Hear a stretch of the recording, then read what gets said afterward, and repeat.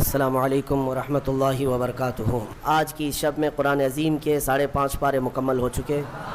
اللہ عز و جل بقیہ قرآن عظیم کو صحیح تجوید کے ساتھ پڑھنے اور آپ سب کو سننے کی توفیق عطا فرمائے۔ آج سورہ نساء کی ہم نے تلاوت کی ہے۔ نساء عربی میں عورتوں کو کہتے ہیں، اور آپ اس بات سے اندازہ لگائیں کہ پوری عورتوں کے نام کی ایک سورہ ہے، مردوں کے نام کی سورہ نہیں ہے۔ اور پھر ہم نے اخیر میں سورہ مائدہ بھی تلاوت کی ہے۔ مائدہ دسترخوان کو کہتے ہیں۔ ظاہر سی بات ہے، سوروں کا جو نام ہے وہ اس میں موجود مضمون کے حساب سے ہی آتا ہے۔ الرجال قوامون علی النساء، اللہ تعالیٰ نے مردوں کو عورتوں پر حاکم بنایا۔ حاکم کا مطلب حکومت کرنے والا مراد نہیں، بلکہ کفالت کرنے والا، عورتوں کی نگرانی کرنے والا، یا عورتوں کو اپنی نگرانی میں رکھ کر پرورش کرنے والا۔ مرد کو اللہ نے یہ اتھارٹی دی۔ شریعت کے مطابق مردوں کو اللہ تبارک و تعالیٰ نے ہماری شریعت کے مطابق یہ اتھارٹی دی ہے۔ اب کچھ باتیں یہاں سے لے کر کے کچھ لوگ واویلا مچاتے ہیں کہ اسلام میں مردوں اور عورتوں کو برابر کے حقوق نہیں ہیں، عورتوں کو دیوار کے اندر بند کر دیا جاتا ہے، وہ کام کاج کرنے والی ہے، بس جھاڑو پوچھا کرتی رہ جائے زندگی میں، اور اس کا کوئی کام نہیں ہے۔ ان ظالموں کو کیا پتہ کہ عورتوں کا اسلام میں مقام کیا ہے۔ میں کہتا ہوں، اسلام نے جو عورتوں کا مقام عطا کیا، ایک خاتون جنت سیدہ کائنات فاطمۃ الزہرا کے قدموں کے برابر لاکھوں مرد بھی نہیں ہو پائیں گے۔ ان کا جو مقام ہے، میرے عزیزو، اسلام نے جو حقوق عورتوں کو عطا کیے، میں چیلنج کے ساتھ کہتا ہوں پوری دنیا میں کسی بھی کمیونٹی نے وہ حقوق نہیں تھی، وہ حقوق نہیں دیے۔ تمہیں پتہ ہے، ایک زمانہ تھا جب عورتوں کو 5 زنجیریں باندھ کر کے بازار میں لایا جاتا تھا۔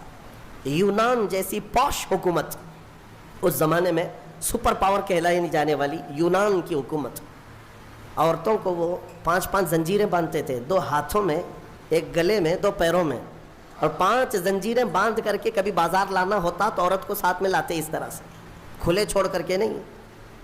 اسلام کی عظمتوں پر قربان جاؤ، اسلام نے ان زنجیروں کو کاٹ دیا اور انہی 5 زنجیروں کو عورت کا زیور بنا دیا۔ آج بھی عورتیں دونوں ہاتھ میں بنگڑیاں پہنتی ہیں، گلے میں نیکلس پہنتی ہیں، دونوں پیروں میں پائل پہنتی ہیں۔ یہ کیوں ہے؟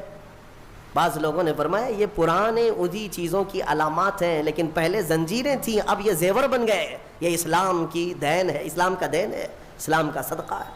جو آج اپنے آپ کو ویل ایجوکیٹڈ کہتے ہیں یا ماڈرن کہتے ہیں، اسلام پر کیچڑ اچھالنے سے پہلے اپنے دامن میں اگر دیکھ لیتے، تم نے کتنی عورتوں کو جلا کر خاک کر دیا۔ ستی کی رسم جانتے ہیں؟ ستی کس کو کہتے تھے؟ ہمارے اسی دیش میں یہ رسم پائی جاتی تھی کہ اگر کسی عورت کا شوہر انتقال کر جائے تو عورت کو بھی شوہر کے ساتھ جلا دیا جاتا تھا، ختم، اس کو رہنے کا حق نہیں۔ بعد میں چل کر کے اس رسم کو تھوڑا سا کم کر دیا گیا اور کہا اب جلائیں گے نہیں، لیکن ودوا کو جنگل میں چھوڑائیں گے، اس کو معاشرے میں رہنے کا حق نہیں ہے، اس کو جنگل میں چھوڑائیں گے، آبادی سے باہر رکھیں گے، اس لیے کہ ودوا اگر آئے گی تو یہ اپشگن ہوگا۔ آج بھی ہے یہ ناٹک، آج بھی ہے۔ اگر کوئی بیوہ عورت مجمع میں آ جائے تو اس کو اپشگن سمجھتی ہیں، آج کے بھی کئی معاشرے موجود ہیں۔ لیکن اسلام پر انگلی اٹھانے والے پہلے پڑھو اسلام کو۔ میرے آقا صلی اللہ تعالیٰ علیہ وسلم نے 10 شادیاں فرمائی، جس میں سے 9 عورتیں ایسی ہیں جو سب کی سب بیوہ تھیں۔ بیوہ کو میرے آقا صلی اللہ تعالیٰ علیہ وسلم نے نکاح کے ذریعے سے اپنا کر کے دنیا کو یہ بتایا کہ بیوہ اپشگن نہیں ہوتی، بلکہ اگر تم نے اس کو اپنا لیا تو اس کی بدولت اللہ تمہاری دعائیں قبول کرتا ہے۔ بیوہ کو اس طرح سے نکال کر کے باہر کر دینا، یہ سب مجھے حیرت ہوتی ہے۔ آج وہ لوگ ہمیں عورتوں کے حقوق سکھانے آئے ہیں جو کتنی تو عورتوں کو جلا دیے، کئی عورتوں کو بے یار و مددگار چھوڑ دیا، زندگی پر ان کے لیے شادی کرنا حرام کر دیا۔ ایک بار شوہر مر گیا تو دوسری بار شادی نہیں کرنا۔ وہ لوگ ہمیں عورتوں کے حقوق سکھا رہے ہیں۔ عورتوں کے حقوق الحمدللہ میرے مصطفیٰ نے بتائے ہیں۔ ہاں، کل بھی میں نے بتایا تھا، اگر گھر میں بیٹی پیدا ہو تو رسول پاک صلی اللہ علیہ وسلم نے اسے جنت کی بشارت عطا کی۔ اور پھر اتنا ہی نہیں، اسی خاتون کو ہی تو دیکھیں، اللہ کے حبیب صلی اللہ علیہ وسلم نے، بڑی ہو گئی، اگر اس کے بچے ہو گئے تو بچوں کو کہا گیا تیری ماں کے قدموں کے نیچے تیری جنت ہے، الجنت تحت اقدام الامہات، ماؤں کے قدموں کے نیچے جنت بنا دیا۔ عورتوں کے حقوق کے سلسلے میں جو واویلا مچاتے ہیں، ایکویلٹی نہیں ہے اسلام میں، برابری نہیں ہے۔ برابری کا مطلب وہ لوگ یہ سمجھتے ہیں کہ عورت کو کھلے عام آزاد چھوڑ دینا چاہیے، اس پر کوئی پابندی نہیں ہونی چاہیے، باہر نکال کر کے لاؤ، کپڑے اتار کر کے لاؤ، اس کے چھوٹے کپڑوں پر کچھ بھی بات مت کرو، اس کو وہ ایکویلٹی کہتے ہیں، یہ برابری ہے۔ مرد جب باہر گھوم سکتا ہے تو عورت کیوں نہیں گھوم سکتی؟ ان کا مطلب یہ ہے کہ مرد اگر ایک سے زیادہ عورت سے شادی کر سکتا ہے تو عورت کیوں نہیں کر سکتی؟ یہ بھونڈے اعتراضات ان کے لیے، یہ بے سر و پیر کے اعتراضات، سوالات ہوتے ہیں۔ میں ان کو ایک اچھا مشورہ دیتا ہوں، عورتوں سے برابری کرنا ہے، ظاہر سی بات ہے، برابری ہر چیز میں ہونی چاہیے، ہر چیز میں ہونی چاہیے۔ عورتوں کے ساتھ برابری کرنے میں شادی کر لو، ایک سال بچہ وہ جنے گی، دوسرے سال تم بچہ جنو، ایک سال وہ حمل کی تکلیف اٹھائے گی، دوسرے سال تم حمل کی تکلیف اٹھاؤ۔ بھائی ساری تکلیفیں عورت کو ہی کیوں؟ ہو سکتا ہے، یہ پاسبل ہے؟ تو تمہیں پتہ ہونا چاہیے کہ ہر مخلوق کی اللہ نے کچھ خصوصیات رکھی ہیں۔ مرد کی اپنی خصوصیات ہے، عورت کی اپنی خصوصیات ہے، ان کی بناوٹ میں بھی اللہ تبارک و تعالیٰ نے فرق رکھا ہے۔ مرد کے ہاتھ عورت کے ہاتھ کی طرح نہیں، مرد کا جسم عورت کے جسم کی طرح نہیں، ساری چیزوں میں فرق موجود ہے۔ اسی لیے قرآن نے مردوں کو کمانے کا حکم دیا اور عورت کو امور خانہ داری اور بچوں کی تربیت کا حکم دیا۔ جس کی جیسی کیٹیگری ہے ویسے اسلام نے حکم دیا۔ اس چیز کو لے کر کے یہ اسلام پر اعتراضات کرتے ہیں۔ آج پاکستان کی سڑکوں پر کچھ عورتیں بینر لے کر کے اتری اور اس بینر پر یہ لکھا ہوا ہے کہ میرا جسم میری مرضی، کہ ہمیں آزاد چھوڑ دیا جائے، چار دیواری ہمارا گھر نہیں ہے، پوری دنیا ہماری ہے۔ یہ وہ جانور عورتیں ہیں جنہیں جنگل چاہیے، جنگلیوں کی طرح سے وہ زندگی جینا چاہتی ہیں۔ یہ سارے خیالات کس نے ان کے ذہنوں میں ڈالے؟ یہ وہی دنیا جو ہمارے معاشرے کو تباہ و برباد کرنا چاہتی ہے۔ میں اپنی بچیوں سے کہنا چاہتا ہوں، ان کے میٹھے چپڑے نعروں میں مت آنا، یہ تمہیں کہیں کا نہیں چھوڑیں گے۔ توجہ چاہتا ہوں، اگر کسی نے طلاق دے دیا تو اس کی عدت کیا ہے؟ وہ عورت دوسرے مرد سے اگر نکاح کرنا چاہے تو کب کرے گی؟ ادھر فوراً زید نے طلاق دے دیا، دوسرے دن دوسرا شادی کر سکتا ہے؟ عدت ہے نا، آپ کو پتہ ہے عدت کیا ہے؟ یہ عدت کیا ہے؟ 3 بار عورت کی ماہواری آ جائے، طلاق کے بعد 3 بار عورت کا حیض آ کر ختم ہو چکا ہو، 3 بار حیض آیا اور 3 بار وہ پاک ہوئی، تب اس کی عدت ختم ہو گئی، اب وہ چاہے تو کسی اور سے نکاح کر سکتی۔ یہ طریقہ ہے شریعت اسلامیہ میں۔ یہ کیوں رکھا گیا؟ ایک دانشور ہے، بڑا پڑھا لکھا آدمی ہے، لیکن اسلام سے اس کا تعلق تو نہیں، مسلمان نہیں ہے۔ اس نے کہا مجھے اس بات پر بہت حیرت ہوئی جب میں نے یہ دیکھا عدت کا کیا مسئلہ ہے، اس میں کیوں رکھا گیا؟ تو اس نے کہا کہ سائنس کے اعتبار سے میں نے پوری جانچ پڑتال کر کے دیکھ لیا کہ اگر عورت پہلے والے شوہر کے ساتھ کچھ راتیں بھی گزاری ہو، کچھ راتیں گزاری اور اس کے بعد پہلے شوہر نے طلاق دے دیا، تو پہلے شوہر کا نطفہ اگر عورت کے جسم کے اندر موجود ہے تو وہ کب تک باقی رہتا ہے؟ تو سائنس کہتی ہے 3 بار عورت کو اگر ماہواری آ گئی تو پہلے والا سارا نطفہ پاک ہو چکا ہوتا ہے، پہلے والے کا کچھ بھی ذرہ بھی باقی نہیں رہتا، اب وہ پوری مکمل کلین ہے، تب جا کر کے وہ دوسرے شوہر کے لیے تیار ہے، دوسرا نکاح کر سکتی ہے۔ میرے عزیزوں، یہ میں نہیں کہتا، غیروں نے جو پڑھا ہے وہ کہتے ہیں کہ اسلام نے یہ عدت کا جو نظام رکھا ہے وہ صرف اس لیے کہ آنے والا بچہ اس کے نسب میں کوئی اختلاط نہ ہونے پائے، نسب میں کوئی اختلاط نہ ہونے پائے۔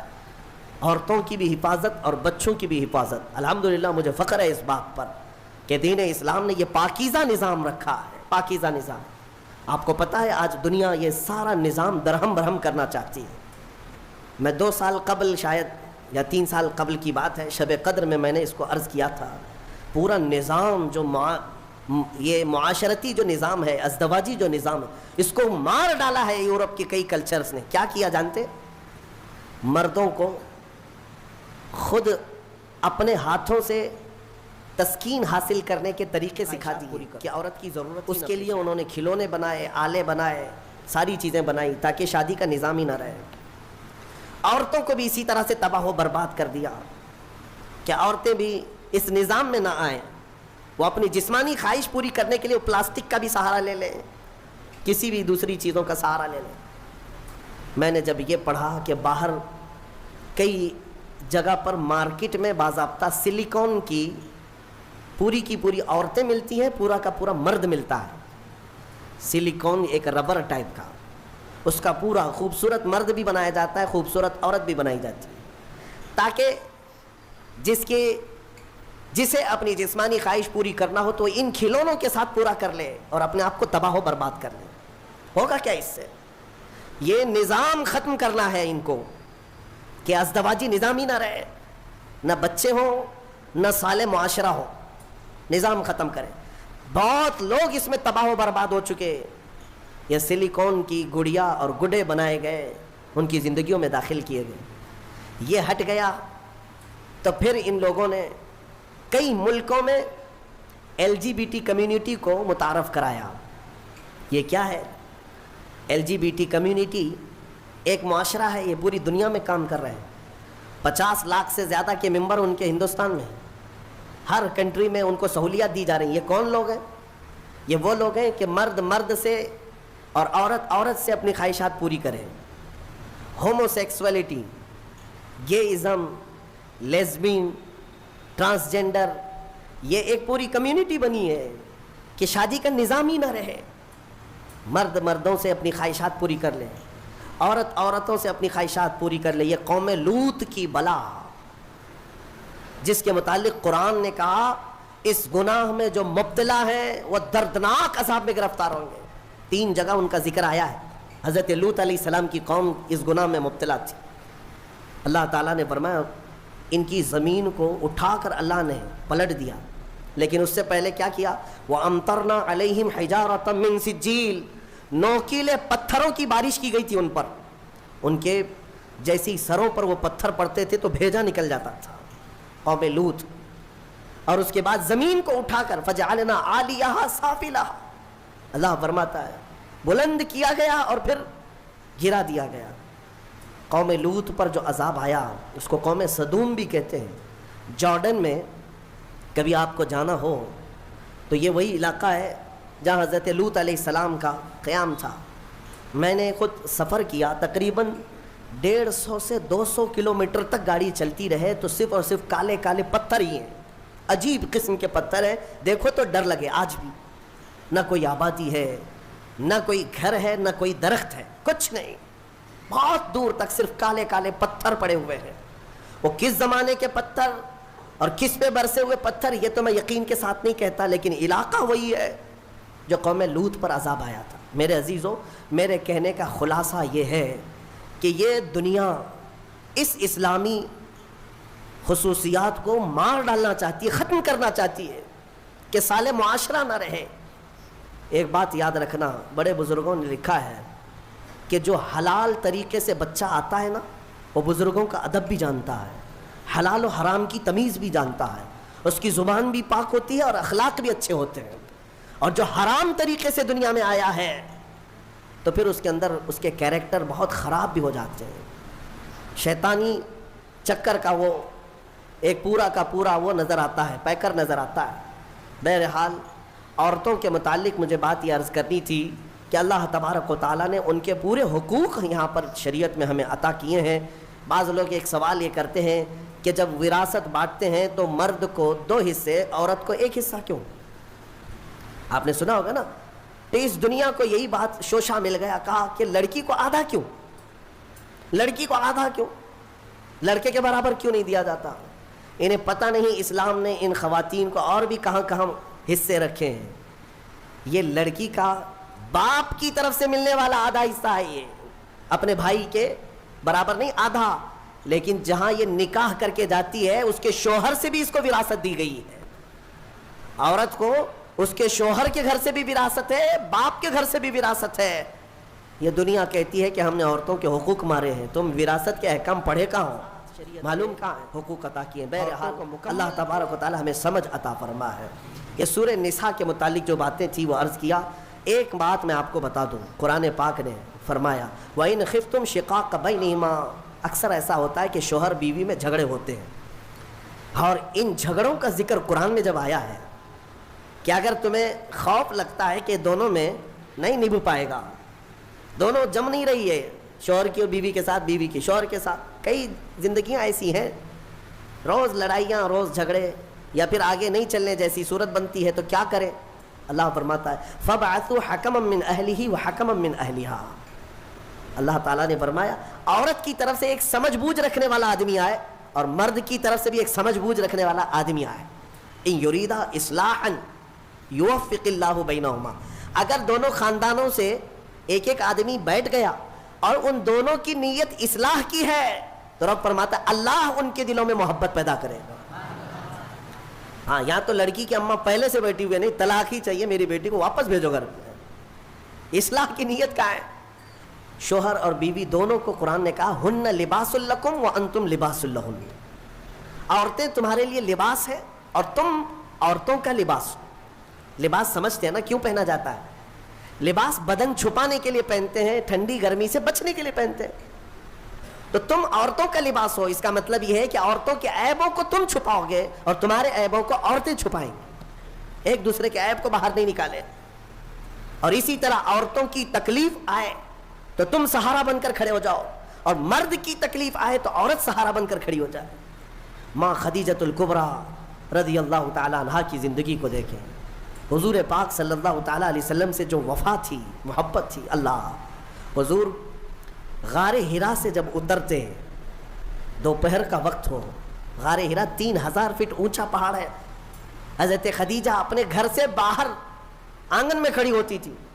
گزرنے والے کہتے خدیجہ حضور پاک صلی اللہ تعالی علیہ وسلم تیرے شوہر آ رہے ہیں، ابھی وقت لگے گا، جب تک تو چھاؤں میں بیٹھ جا.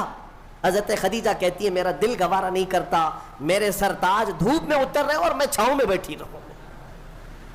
جتنی دیر میرے رفیق حیات صلی اللہ علیہ وسلم دھوپ میں اتر رہے ہوں اتنی دیر میں بھی تو دھوپ میں کھڑی رہوں. حصے داری اس کو کہتے ہیں، پارٹنرشپ یہ ہوتی ہے، شریک حیات اس کو کہتے ہیں، لائف پارٹنر یہ ہے.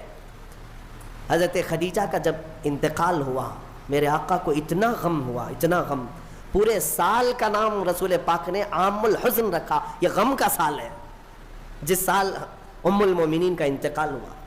اور وہ عجیب لمحہ تھا جب سیدہ کائنات فاطمۃ الزہرا سلام اللہ علیہا حضور کی بارگاہ میں تھیں. چھوٹی عمر تھی جب حضرت خدیجہ کا انتقال ہوا. حضرت فاطمہ بہت چھوٹی تھی. حضور پاک صلی اللہ علیہ وسلم نے بلایا، حضرت فاطمہ سے محبت کیا اور کہا فاطمہ تیری ماں کے انتقال سے پہلے تیری ماں نے کچھ کہا تھا، کوئی خاص بات جو مجھے نہ کہی؟ حضرت فاطمہ کہتی ہاں ابا جان، اماں نے انتقال سے ایک دن پہلے مجھ سے کہا تھا فاطمہ اگر میں مر جاؤں، اگر میرا انتقال ہو جائے تو میرے کفن کے ساتھ تو اپنے بابا جان کا جبہ بھی رکھ دینا. اپنے بابا جان کا جبہ میرے کفن کے ساتھ رکھ دینا، میری قبر میں رکھ دینا. حضرت فاطمہ روتے ہوئے کہتی ہیں یا رسول اللہ اماں کی ایک خواہش تھی. حضور اکرم صلی اللہ تعالی علیہ وسلم کی آنکھوں میں آنسو آ گئے اور میرے آقا نے فرمایا فاطمہ قسم رب ذوالجلال کی تیری ماں نے میرا جبہ ہی پوچھا. قسم رب ذوالجلال کی اگر خدیجہ یہ کہتی تو میں اپنے جسم کی چمڑی بھی اتار کر دیتا. اگر وہ جلد مانگتی تو میں اپنے جسم کی چمڑی بھی اتار کر کے اس کو دیتا. یہ ہے ازدواجی زندگی کی محبت. شوہر بیوی ایک دوسرے کو تان و تشنی کرتے رہے، عورت شوہر کے غیبانہ میں خیانت کرتی رہے تو یہ کون سے لائف پارٹنر ہیں، کون سے شریک حیات ہے؟ اعتماد کے رشتے کا نام ایک نکاح ہے. اعتماد ہو. شوہر اپنی بیوی پر شک کرتے ہوئے کب تک جی سکتا ہے؟ عورت اپنے مرد پر شک کرتے ہوئے کب تک جی سکتی ہے؟ شک کی دیوار ایسی خطرناک ہے جس کا علاج بھی نہیں بلکہ یہ زندگیاں توڑ دیتی ہیں.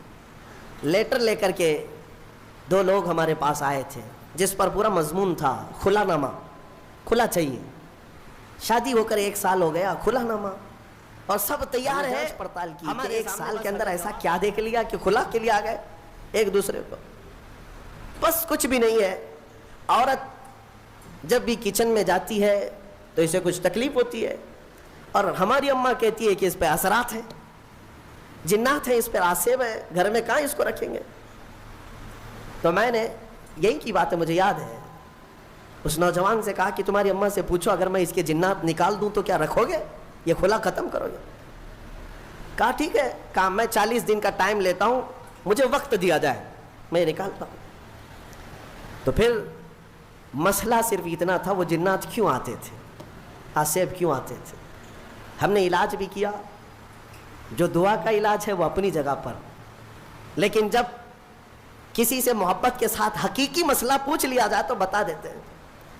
لڑکی کو کام کرنے آتا نہیں تھا, نئی نئی شادی ہوئی تھی, سیکھا کچھ بھی نہیں تھا. کچن میں جاتی تھی تو ہاں ہو کرتی تھی کہ اس کسی طرح سے میں روٹی بنانے سے بچ جاؤں, کچھ تو ہو جائے.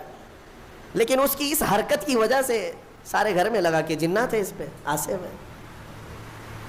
تنبیہ کیا کہ کام سیکھ لے 1 مہینے کے اندر, کب تک اس طرح ہاں ہو سے زندگی چلے گی.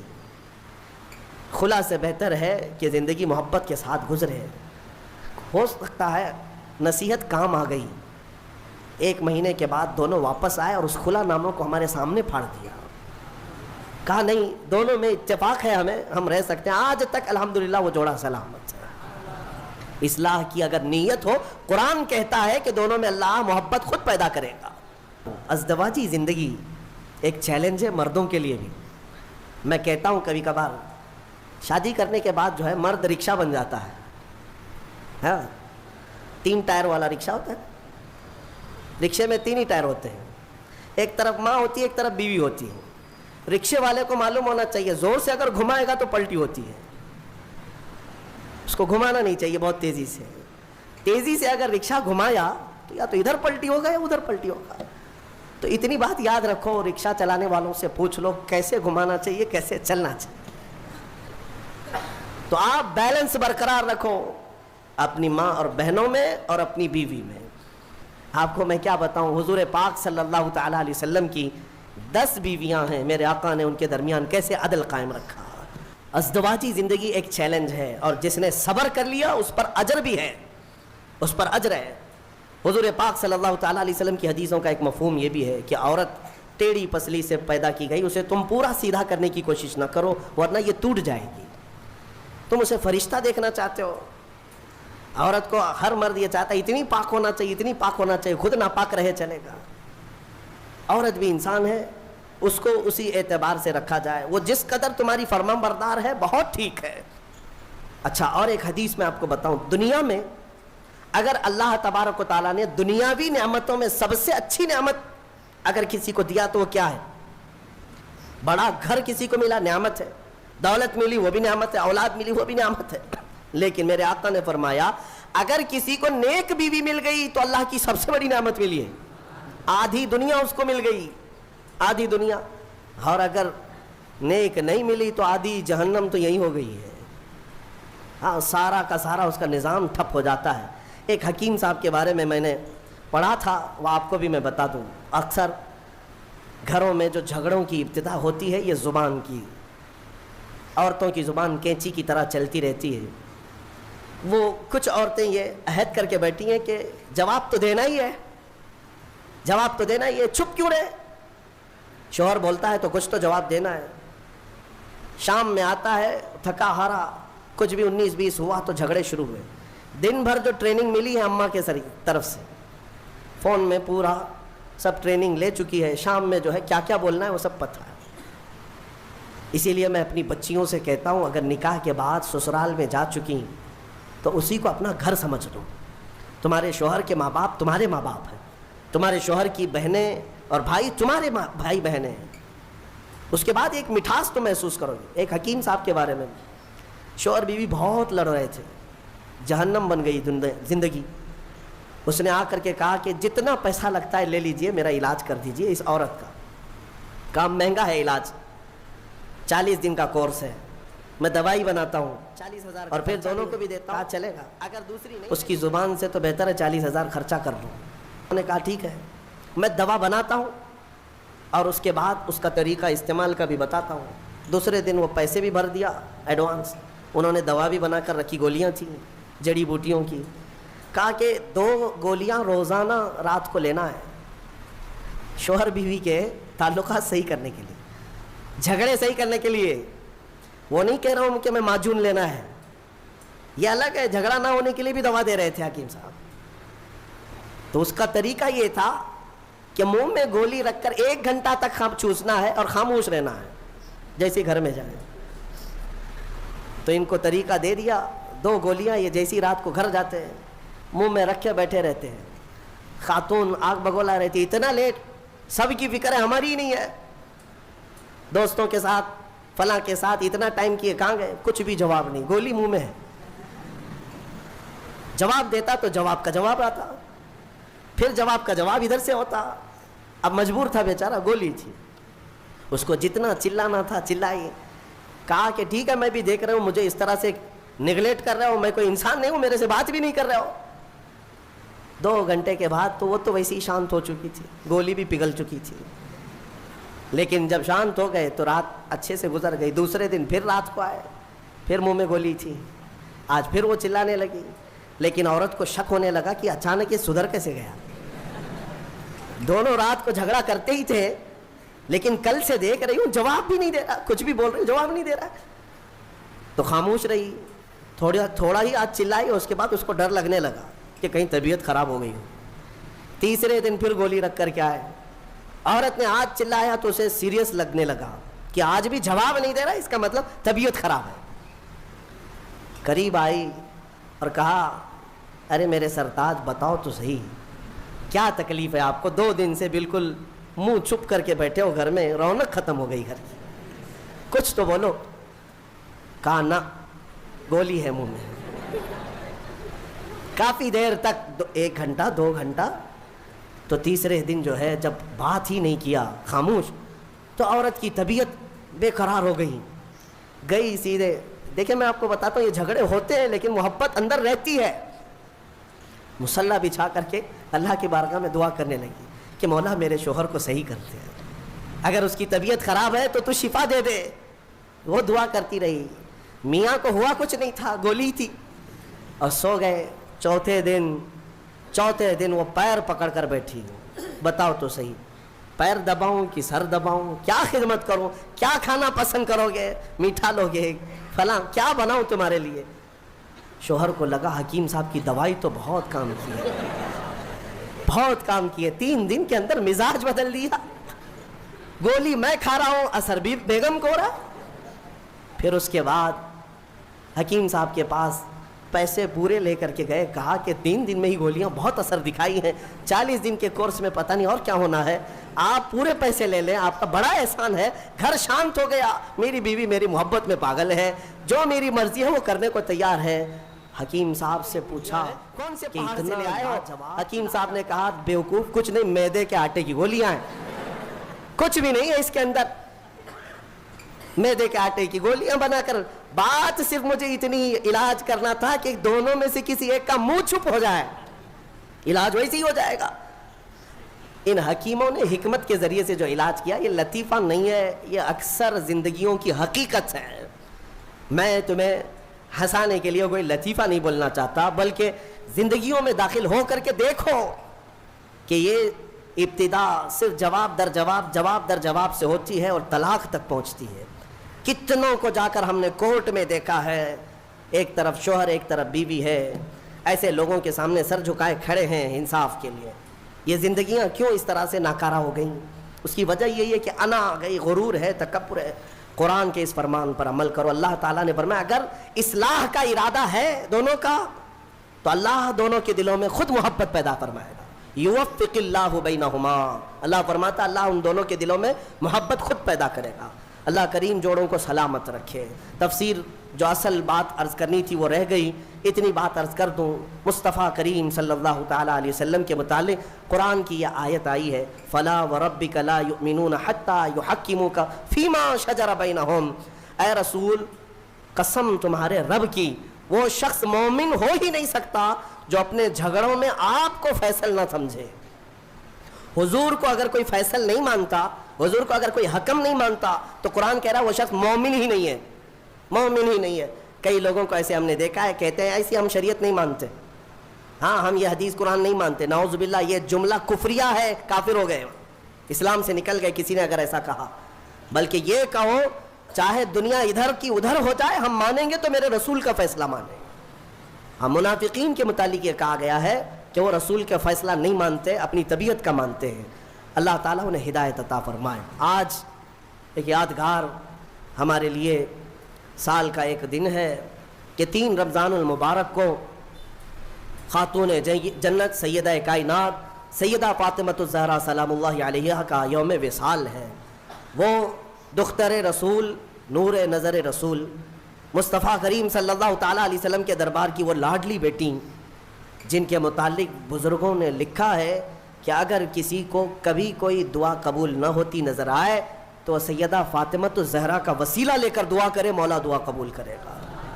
ہاں، اس خاتون جنت کا آج یوم ہے، ان کا دن ہے، فاتحہ خوانی کا بھی اہتمام ہے، اور ہم آج کی اس تفسیر کے بعد اس خاتون جنت کی بارگاہ میں خراج عقیدت پیش کرتے ہوئے ان کے وسیلے سے اللہ کی بارگاہ میں دعا بھی کرتے ہیں، مولا اس سیدہ کائنات کے صدقے و توسل ہم سب کو عزتوں سے اور رحمتوں سے نوازے۔